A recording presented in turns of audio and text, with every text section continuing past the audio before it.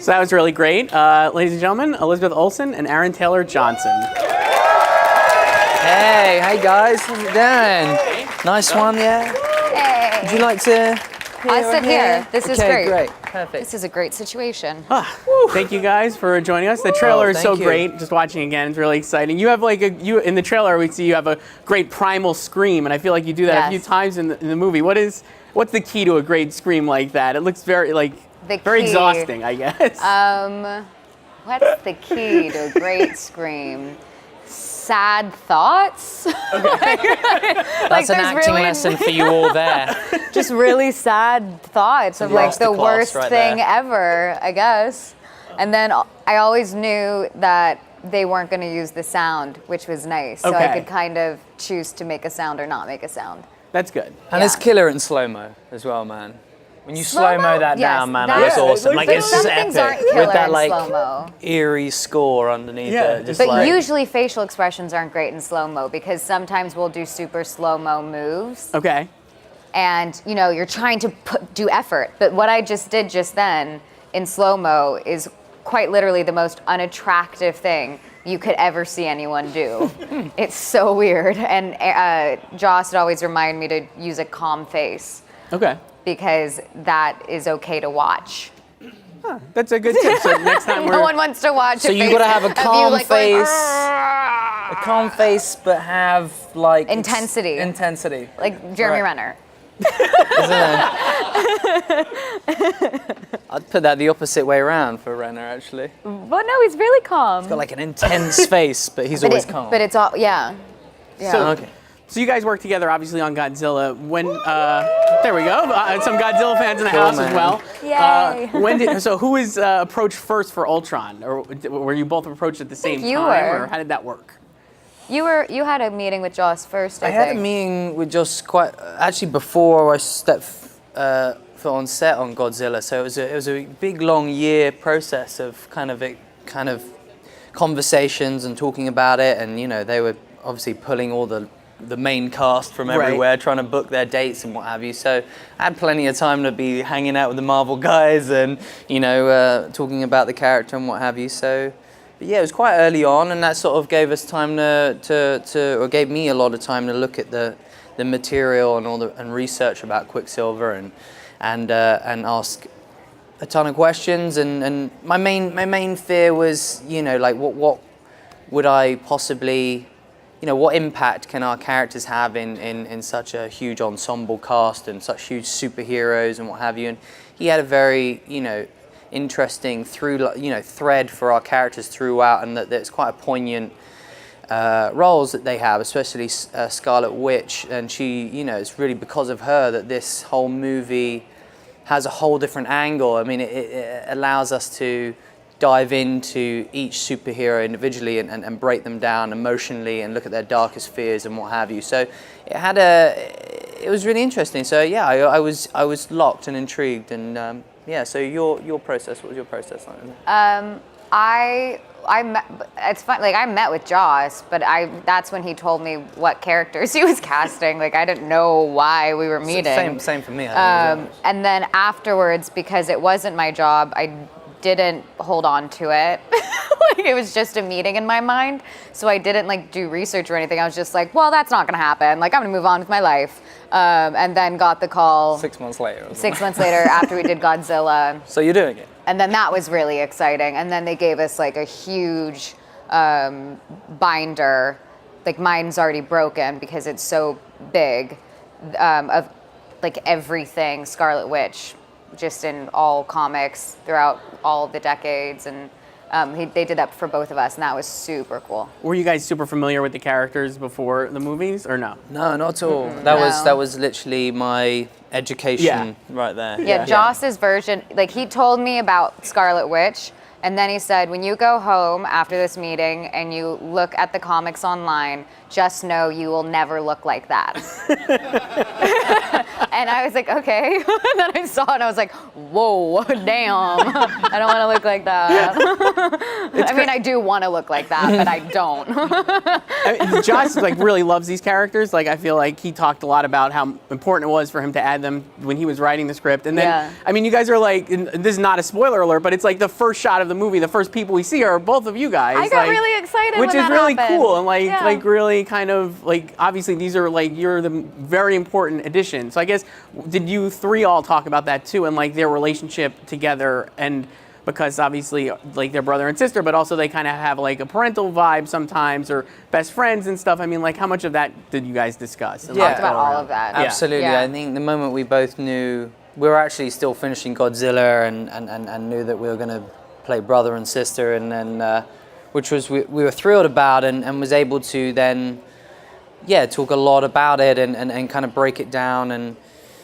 there was a lot of discussion about, because visually these two characters are very close, like drawn very intimately and what have you, and we wanted to keep that look but have a reason for it without kind of people raising an eyebrow, you know. And then the angle we came at was that, you know, that they all they have in the world is one another, and like and they're outsiders, and usually even when they, you know, with the Avengers or what have you, they're very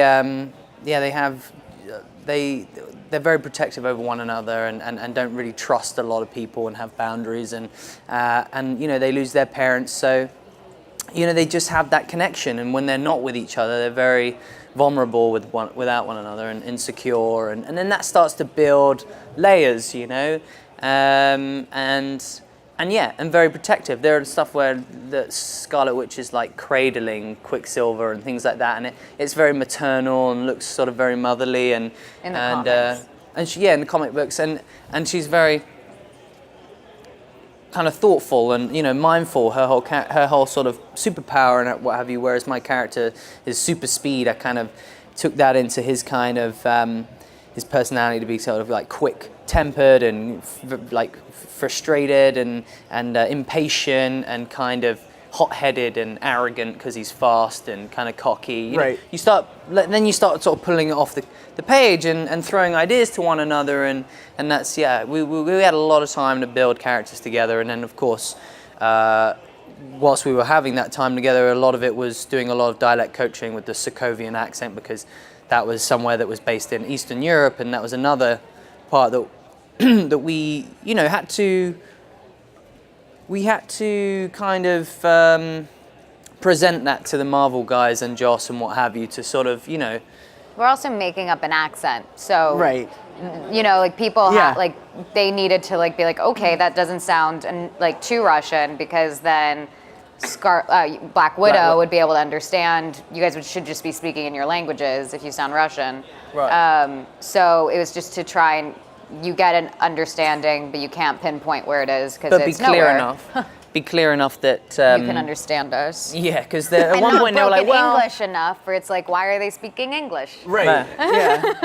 Yeah. So, you know, that and look as well, like the white hair and what have you. We had a lot of tests to kind of see how far we could push it and where they'd rein it back and what have you. But it was a fun process. Yeah, it was very creative. The process started when we did the tag at the end of Captain America 2. And that was like in January or February. And then we didn't start filming till May. So all of that time was us developing the look and what, you know, that was the beginning. And I had long dark hair to about here. So we knew we had a little bit of length to play with, and maybe we could go white with it. There was some like funny white strands in it. It was like a really bad rockers, like Rock of Ages. Yeah, that was what I was thinking too. Good. You mentioned their relationship and stuff. Another big relationship I feel like the twins have in this movie, obviously, is with Hawkeye. I just loved you guys. He really kind of sort of evolves into a almost surrogate parent for you guys, and to leave it felt like a little, or maybe like an older brother. That's how it feels to me. But I guess with you guys, like, what was that like? Actually, working with like Jeremy and stuff on that kind of their relationship. Yeah, now you say that, I can see where the sort of the fatherly figure comes from. I see what you're saying. I think I thought more of him as like a coach. Okay. That's good, yeah. I didn't think of it as a father figure, to be honest, but show me the ropes kind of thing. My connection was, I remember sort of saying with Josh, is like, so, you know, I know that there's always superheroes, like, you know, they butt heads and there's egos in the room and there's a lot of banter. Who's my banter going to be with? And then it's like, I think you and Hawkeye should just go head to head. Yeah. Like, okay. And it was so, it's so funny then, like, throughout the film, their banter together. Renner just has such great improv and like rips one, you know, like. Most of those lines that Renner says in the film are improvised, and they're so funny. That's really, so did that surprise you doing like such a huge film that there's room for improv like that and like Not really that kind of personality? It's usually just kind of at the end of a shot, he would like throw in a sentence. What, Renner would? Yeah. Yeah, I think. Like, it's not like you improvise while you're working. It's just like you haven't said cut yet, and I'm just gonna say what I'm thinking, and that's what he would do. Yeah. Yeah. Do you have like a moment on the set that I guess obviously you mentioned like wrangling all these superheroes and all these major cast members? Was there a specific moment where you were like, wow, I feel like we're a part of this group now? I mean, that kind of in the movie that also happens, but like, you know, for you guys like as actors with that cast. There's a scene when we meet the Vision. And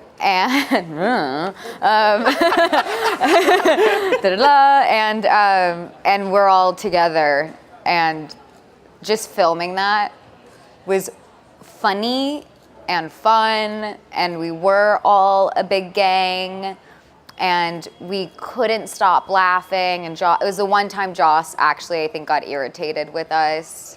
But he says he doesn't remember being irritated, and it's like, no, you definitely got mad. But we just kept breaking character and laughing. Like, at one point, Bettany couldn't look me in the eye during the scene because we'd both just start cracking up.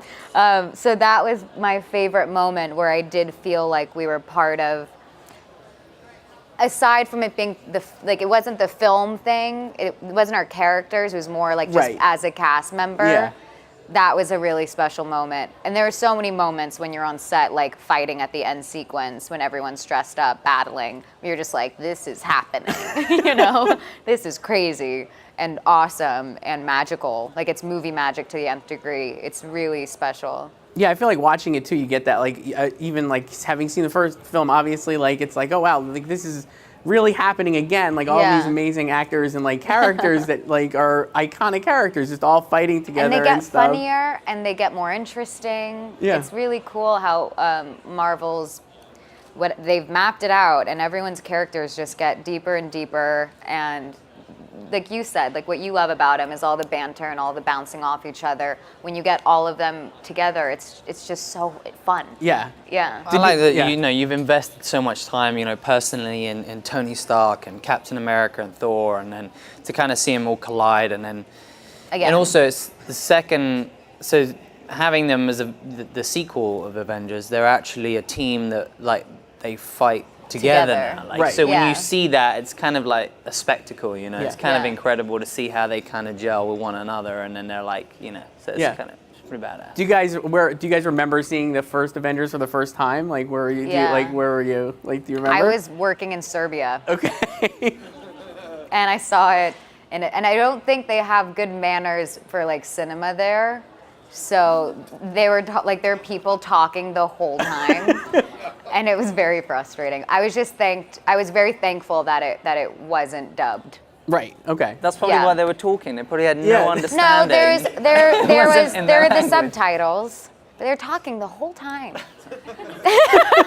Yeah, my dad was visiting. We saw it together. Did you ever imagine you would be in the sequel to Avengers at that point? Never, right? Like what? No. Why? Like, I don't. What? I'm still confused about all of it. I can't remember whether I was in London or wherever or what cinema it was, but I watched it. Yeah, I loved it. I remember being super like impressed that how even Joss managed to kind of convey each character with without undermining one another, you know. Like, I found that just I was like, how on earth is one superhero not going to look inadequate to the other, and then just, you know, and thinking Loki was like a fantastic baddie, and how he could hold his own against like 4 or 5 movie stars that are also superheroes, and then having that Hulk moment. Like, it was just the right amount of like banter and humor, and then I was thoroughly the Thor punch is the best. Yeah. The Hulk Thor punch. I always That's right, wanted Grand to do that Slam, to yeah. Aaron sometime. We'd be on set and he'd be like, but why don't we do this? Why? And I just want to go, What was it like seeing Joss then up close? Like, I mean, like directing this, like he has red hair. keeping Yeah, this. real. I know what he looks like. About, yeah. What was it like for you guys, like having watched that film and seeing like how he pulled off the first one, like experiences? He seems Work like up you close. wouldn't be able to sort of the guy's so modest and humble.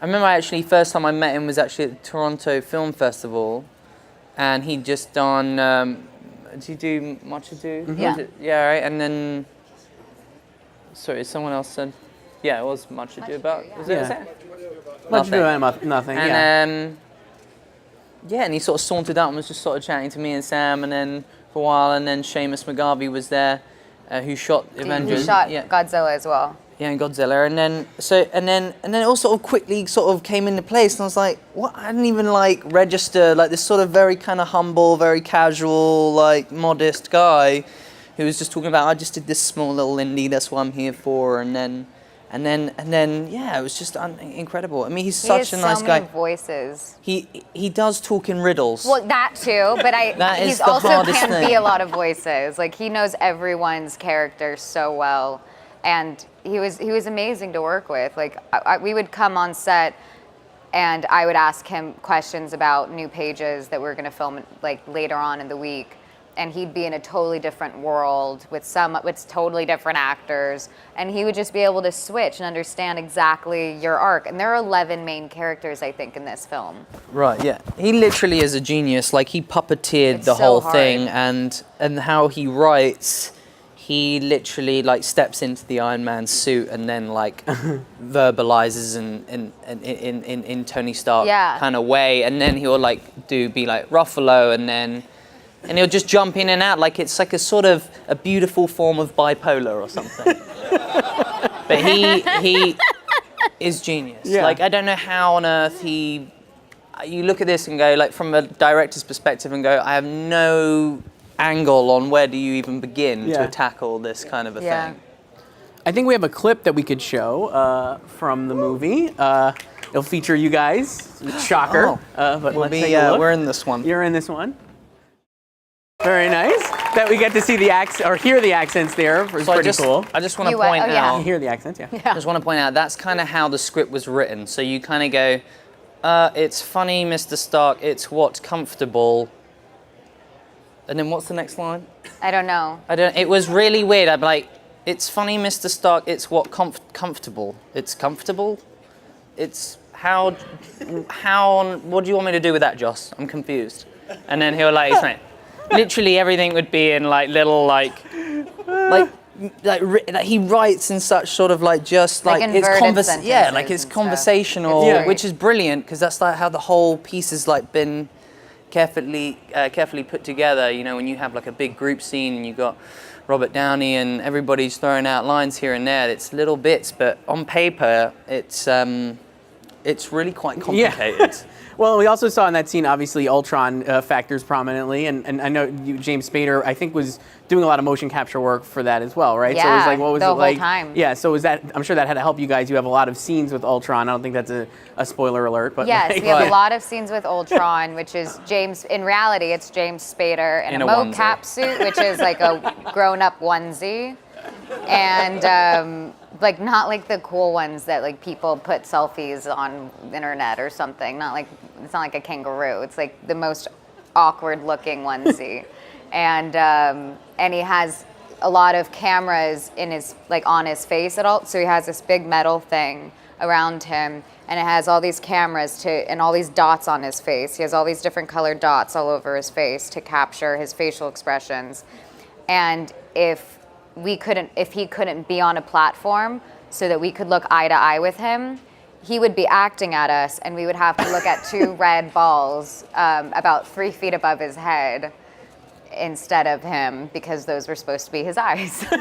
So James Spader is like the most dynamic person, and you want to look at him while you're acting with him, but you're being rude and like looking up. It was Also, it's just very funny. It's also it's also kind of hard to react when like when like, because he plays it so, you know, each take is different, and you want to kind of react to that, you know. Yeah. So it's kind of hard to look above someone's head, but you want to look slightly below that. And the main reason was actually because he'd give such intense performances, and you'd be like locked in here, and then they'd be like, move your head up. You know, Right. Red balls. Like, it was, and she'd whisper Red Bulls in my ear. Red Bulls. Or you would announce it, like, at the end of a stage. Like, these stages are huge that we would film on. And I'd be entering, because he was fast, so he got there before me. So I'm still, like, walking. And he... Just doing the normal thing. Doing the normal walk. Stroll. And he would, like, yell back at me before a take and be like, Lizzie, red balls! And I was like, thanks, Aaron. Whilst just strolling. A couple of Red Bulls. Do you guys have in the first time I know the cast hung out a lot and stuff, and you mentioned like how cool that one scene was when you guys felt. Did you guys like in the downtime? How did you guys hang out a lot, or everyone has kids and families? Okay, so no. But there was a lot of hanging time in between takes. Like there were like in between takes. But you're not going out for like karaoke with like Robert Downey Jr. then, or Chris Evans. No. That sounds like a lot of fun though. I like went over to his house a couple times for Sunday roast. Oh, that's fun. They hung out with his kids.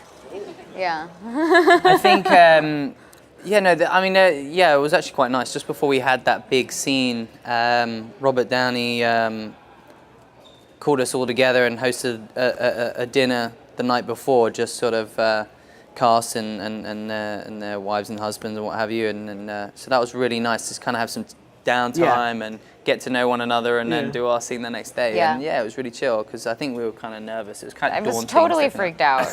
And then we kind of had a feeling that maybe when we turn up, we'd be the only two there and be like, all right, this was like our initiation test, you know? That would have been funny. Yeah. A lot of people have asked us if there was hazing, and we're like, we wish, because everyone's asking. Yeah, they could have made a good story, but I feel like they've let us down there with no story, so... You can just start making them up, I guess, right? For the next so next bad one? at that. People say that. I'm so bad at making things up. Well, it can go two ways, kind of. It can go really bad. Right, that's true. I think we have time now to start taking some audience questions. Hi. How do you feel playing Scarlet Witch? How do I feel playing Scarlet Witch? Yeah. I feel I'm used to playing a lot of characters that are more sad, I think, and I felt really empowered playing her. I felt tough. What was it like going from Godzilla to this, and what was your relationship like with Robert Downey Jr.? I'm a big fan of him. Me too.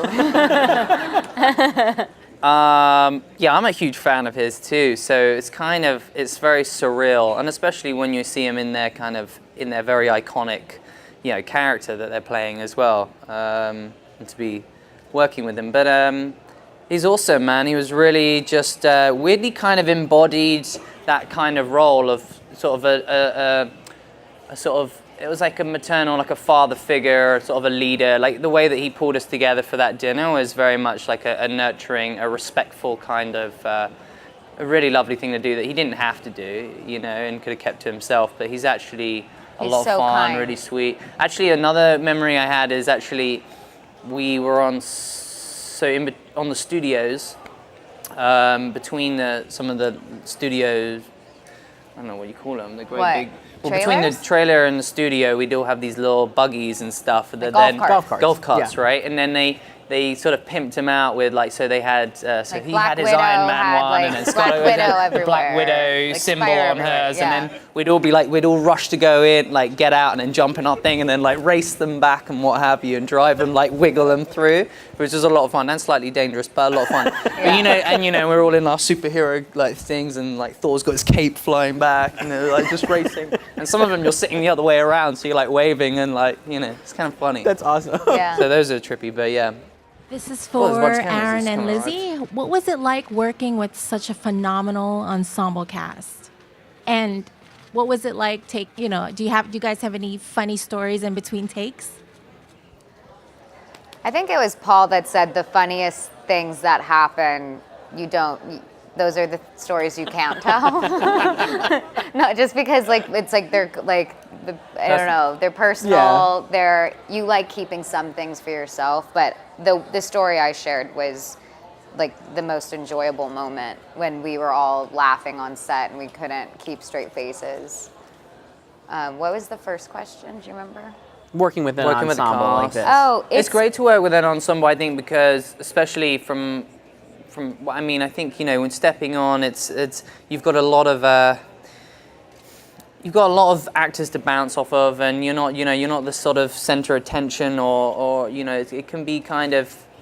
I think it's great to be a part of an ensemble. I think I learned a lot. I mean, they're such talented actors, you know, with Jeremy Renner and Mark Ruffalo and Paul Bettany and Samuel L. Jackson, and it's like the list goes on and on and on, and everyone had like crazy amazing movies coming out at that time too. Like Foxcatcher was about to come out. Jeremy Renner produced The Messenger. That was about to come out. Downey had the Judge. Scarlett had Lucy, and that creepy one. So there are actors that do movies that come out. No, but they were like amazing films that were coming out while we were filming this film, and you're reminded about the body of work that collectively this cast has that has inspired me my whole life since I was a kid. So it feels crazy to be. I keep feeling like I'm hanging out with a rock band and I'm like the new backup vocalist, so I get to like travel like them, but I'm just like hanging out on the side, and like everyone just wants to see them. So it feels less pressured, but I do feel like I'm hanging out with a cool rock band. Did you and Paul talk about, obviously Scarlet Witch and Vision have such a relationship in the comics? Did that come up a lot? We still laugh about it a lot, because we're kind of like, are we going to have kids? Don't know. No one's told us yet. Maybe in like 2022 or the next when ones. I'm 40. Next question over here on the right. Hi, I'm Faith, and I'm so excited to see you guys in the movie. My question is, when you were a kid, did you ever want to be a superhero? And if so, which one? Michelle Pfeiffer was Catwoman when I was a kid, so I just wanted to be her. And I was a big Star Wars nerd, so I played a lot of Jedi, and I was Yoda for Halloween when I was 14. Yeah. It's amazing. Picture, right. Oh, no, we didn't have it today. Sorry. It's just a girl in a mask is all it is, a Yoda mask. Hi, Erin. Hi, Elizabeth. My question, well, obviously, Erin, you played Kick-Ass, so it's not your first superhero movie. So, and Lizzie, what was it like going into this whole superhero type movie that, I mean, obviously you've never done since you've done sad movies. They're not all sad. I think I like threw my work under the bus just a second ago. They're not all great, but it's a new skill. It's very strange to film one sentence and a head turn for a long time. That's not something I was very comfortable doing. Having done one, I'm really excited to do another because it's just you just learn as you go, and it's definitely an acquired skill to film these movies. They're totally a different world. I went straight into doing more of like a character piece right after, and it was like, whoa, we're gonna work on like 6 pages today. Crazy. Like we were doing 2/8 of a page for a day. So they both are really fun in different ways, but it's just a new skill. I don't really know how to. It's challenging, yeah. It's like. And you're like saving the world like every day. Like what does that look like? Exhausting, I'm telling you. Like that's like that's just a crazy concept. I'm gonna like the world is gonna end if we don't do something. Go, And all the running. I mean, that's very exhausting too, right? Yeah, actually, what's fun is I actually got to have a superpower this time. So, yeah, and ironically, I don't actually like running that much. So, and that's what I do most days. But it was a lot of fun. It was, it was just it was a lot of fun, and like Lizzie said, it is a very technical way of shooting, and can be quite. You'd have to kind of retrace your steps of where you are in the scene, because you could shoot the beginning and then jump straight to the middle. And we were changing the script every day. Like we would be reshooting things we had already shot because the script changed. So now we're like, wait, how did we get here? Well, Captain America, like he was over there, and now you guys are teaming up in the same place. So we're deleting that. Yeah. We're gonna make something up. But don't worry, because we're shooting this first, and then we're gonna go back. Sometimes we would do a scene, and they wouldn't have written this scene before. Wow. So you wouldn't know quite so how we you're wouldn't be entering. like, well, how'd that end? Yeah. So when you saw the finished movie, like, what were you like surprised at how well it I was? literally said, "Oh, that's what we were making." Oh, I get that. There was a whole lot of stuff that when I could read, I was like, you lost me. Or there's like a whole chunk where I'm like, it's all fighting, and you're kind of like, those sound like cool kicks. I don't understand though. And then also, they didn't know how to write Scarlet Witch's powers, so they just said, Scarlet Witch wiggly woos. She does a wiggly woo. And it's like, there's a wiggly woo, and then Ultron, and this goes off. So, yeah. And mine was called Pietro time. Yeah, Pietro so every time you go, so Joss would go, Pietro time, and then run. That was my your cue, yeah. And we'd make it up with the stunts guys on the day, just. Yeah, it's fun because you just keep changing, and it keeps it fresh, and you'd always have new surprises, and everyone's so much fun to work with. So it's really fun. Yeah. Yeah. My question is, last year, I know with Godzilla, you probably had to deal with a lot of CGI and everything. This year, I know you probably had to deal with a lot more CGI, especially with a lot more people wearing motion captures. Yes. What was it like getting used to all that CGI and seeing people, like Red Balls here and James Spader here? I stopped looking, because sometimes we'd have stunt guys in motion capture suits just standing in as Ultron for eye lines. I couldn't look them in the eye. Like, it was too silly to me. So I would just kind of look in their general area. You just play make-believe. You're a kid on a playground is all it really is. And you're like, you're just playing make-believe as an adult, and like that's what our job is, and it's more technical than that.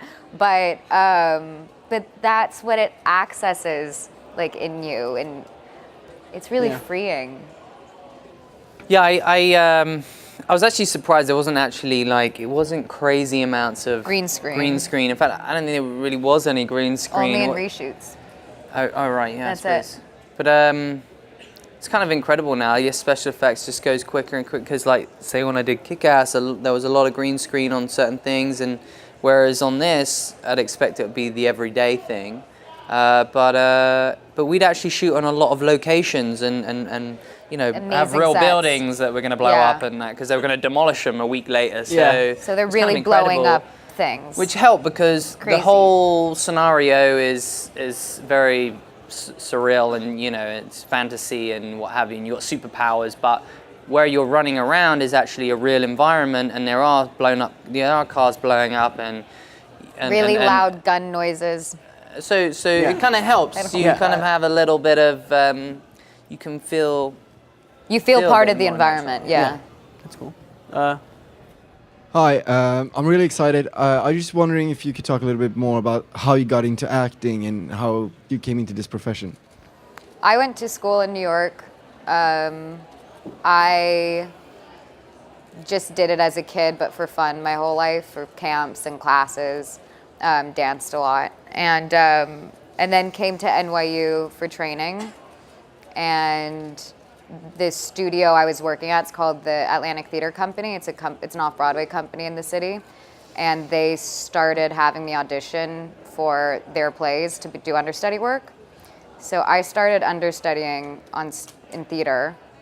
And then I started auditioning for films because I got an agent that way. It was really just because I was at the right place, kind of at the right time, and I didn't get into Brown, so things would have turned out differently had I. So I'm really thankful that rejection came my way. Yeah, Aaron's been doing it forever. Yeah, I started when I was 6. I just kind of, I guess I had really great parents who allowed me those opportunities. I went to a very small, modest little, what would be like a little, I don't know, a little place that did drama and dance and what have you, and I just there were little auditions that would go up to London and do. I mean, it started off very small. I did commercials, did theatre, did TV. Right up until I was 10 was when I did my first film, and then and I learned a lot because I was already kind of like immersed in kind of like theatre acting and kind of was really over the top and then my experience has just been kind of learning on the job really and being opposite actors and then figuring it all out and playing with it. It's been very my school of acting has been very kind of instinctual and natural and kind of built in my own way that is just kind of expressive and therapeutic in a way, and then the way I pick roles kind of has some, I have to relate to characters and then I guess there's some sort of through line and connection to it, but it never really, some things kind of weirdly mirror experiences in my life, and so it sort of weirdly, it sort of feels more artistic and creative and sort of therapeutic to me. I don't know who gave me the question. It was down here somewhere, right? It kind of built itself together and cool. And on that note, thank you guys so much. Aaron Taylor Johnson, Thank Elizabeth you. Olsen. Thank you so much. Avengers Age of Ultron is out on Friday.